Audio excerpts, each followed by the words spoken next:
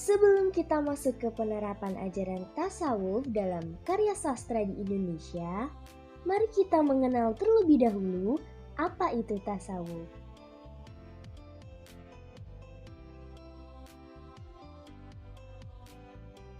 Tasawuf merupakan usaha pendekatan diri kepada Allah secara sungguh-sungguh berdasarkan Al-Quran dan hadis, dengan cara menjauhi segala larangannya dan menaati atau melakukan segala perintahnya.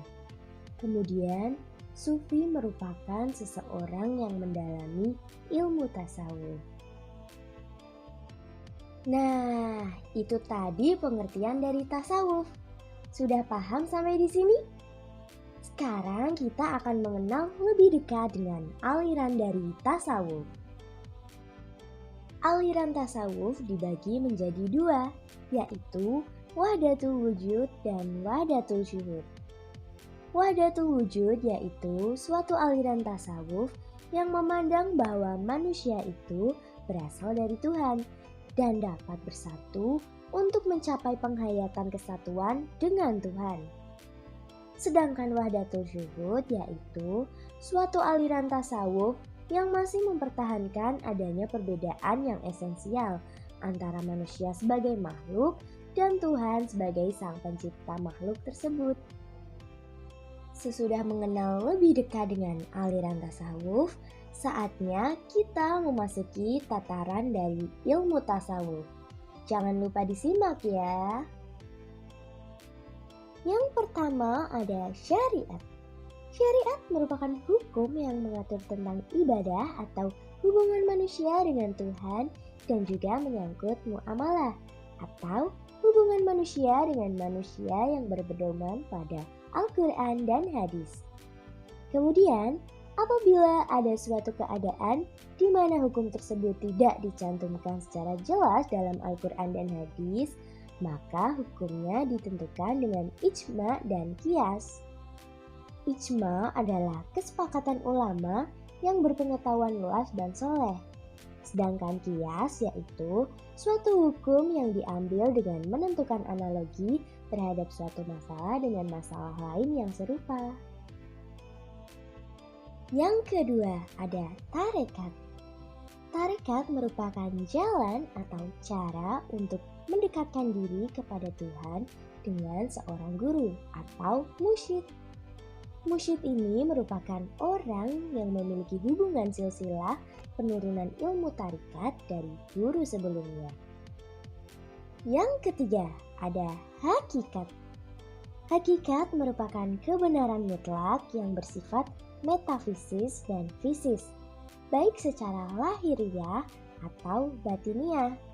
Maksudnya, wujud nyata dari kebesaran Tuhan tanpa mengesampingkan ilmu pengetahuan dan teknologi. Nah, selanjutnya ada makrifat. Makrifat merupakan wujud pengenalan tentang kemahabesaran Tuhan dan penghayatan batin melalui kesungguhan dan peribadatan. Orang yang memiliki ilmu makrifat dapat mengetahui rahasia kegoiban.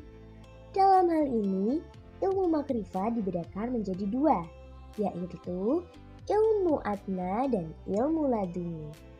Ilmu adna merupakan ilmu pengetahuan yang diperoleh dengan belajar, sedangkan ilmu laduni merupakan ilmu tentang rahasia ketuhanan yang diperoleh karena karunia Allah semata. Nah, sampai sini udah paham semua kan mengenai apa itu tasawuf, ajarannya beserta tatarannya? Baru sekarang kita masuk ke contoh-contoh penerapan tasawuf ke dalam karya sastra. Aku jalani, tapi untuk itu aku butuh kamu. Ada banyak tokoh perempuan hebat dalam perkembangan sejarah Islam. Khadijah contohnya, istri Rasulullah bukan saja yang pertama kali menerima agama Islam. Maafkan saya Profesor Fahri, saya sudah lancang memotong penjelasan Anda tadi. Tidak masalah, penjelasan Anda bagus kan? Nah, pasti semua sudah tidak asing lagi dengan cuplikan film tadi. Ya, bener banget, cuplikan dari film Ayat-Ayat Cinta. Novel Ayat-Ayat Cinta karya Habibur Rahman El-Shirazi yang kemudian dijadikan film ini mampu mewakili masyarakat saat ini. di mana nilai keagamaan tidak lagi sebagai rambu-rambu dalam kehidupan. Padahal, nilai keagamaan sebagai media dalam perbaikan akhlakul karimah. Film ini mengajarkan pembacanya mengenai ajaran keagamaan yang dapat diambil dari nilai tasawuf yang terkandung di dalamnya. Tasawuf yang diajarkan dalam film ini masuk ke dalam tasawuf akhlaki yang berorientasi mendekatkan diri kepada Allah Subhanahu wa Ta'ala dengan meninggalkan budi pekerti yang buruk dan tercela. Kemudian, masuklah kepada budi pekerti yang terpuji atau akhlakul karimah yang berlandaskan Al-Quran dan As-Sunnah. Mengingat kondisi yang sedang memprihatinkan sekarang, apa tidak lebih baik jika upacara nyadran itu disederhanakan?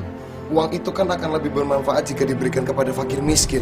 Kita harus melindungi kewibawaan masjid besar.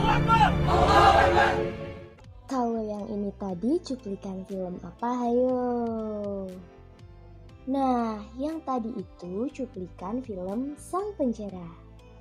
Film yang disutradarai oleh Hanung Bramantyo ini menceritakan perjalanan kehidupan Kiai Haji Ahmad Dahlan dalam membela kebenaran, yang pada saat itu Islam terpengaruh oleh ajaran dari Syekh Siti Jenar yang meletakkan raja sebagai perwujudan Tuhan.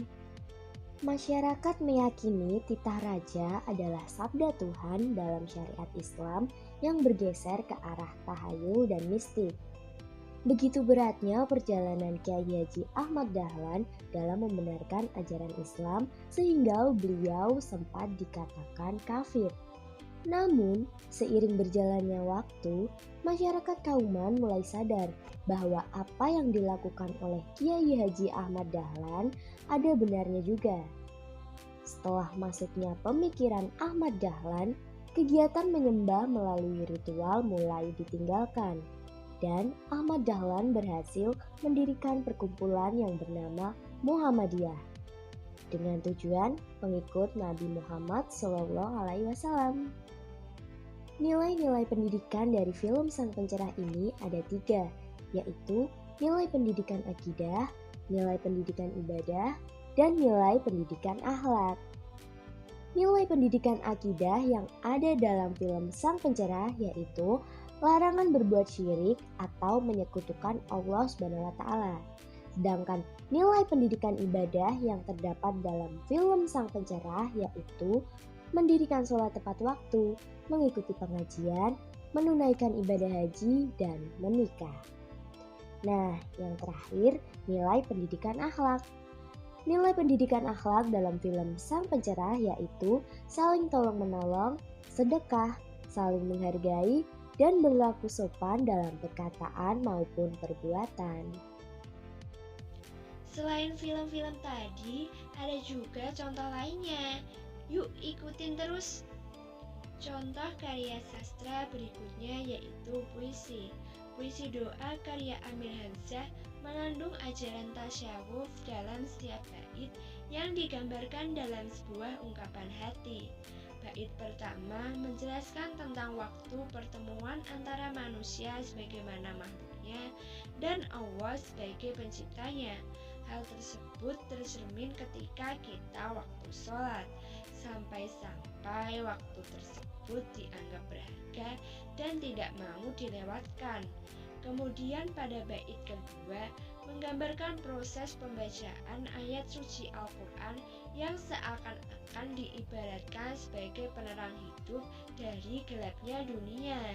Kemudian pada bait ketiga menggambarkan sebuah pengharapan diberikannya ilham, isi yang terkandung dalam Al-Quran maupun permohonan doa. Dengan melakukan permohonan doa dan dibacakannya Al-Quran, seseorang tersebut menginginkan agar doanya dapat dikabulkan sehingga dia merasa senang dan bahagia. Nah, yang terakhir ini ada puisi dari Acha Zanzanur yang berjudul Sembahyang Malam. Dalam larik-larik puisi ini menggambarkan cinta seseorang hamba kepada Tuhannya dengan cara mendekatkan diri kepada Tuhan. Cinta Tuhan kepada hambanya itu ada tanda-tandanya. Di antaranya, ada keinginan berjumpa dengan yang dicintainya, memberi ujian dengan berbagai jenis cobaan, bersedia meninggalkan semua yang disukainya jika bertentangan dengan perintahnya, suka bermutajat, menyesali jika berbuat salah, taat dirasakan sebagai nikmat, kasih dan sayang terhadap sama hamba, ada rasa takut, selalu merasa bergembira, rela dan menerima yang senang hati terhadap segala sesuatu yang datangnya dari Tuhan, serta menjunjung kebajikan dan akhlak mulia. Nah, setelah melihat penjelasan tadi, dapat disimpulkan bahwa tasawuf merupakan bentuk usaha pendekatan diri kepada Tuhannya berdasarkan Al-Quran dan hadis. Ajaran tasawuf ini tidak semata-mata disebarkan melalui media dakwah. Banyak para sastrawan memasukkan ajaran tasawuf dalam karya sastranya dengan tujuan mempengaruhi pembaca untuk memperdalam lagi ilmu tasawufnya.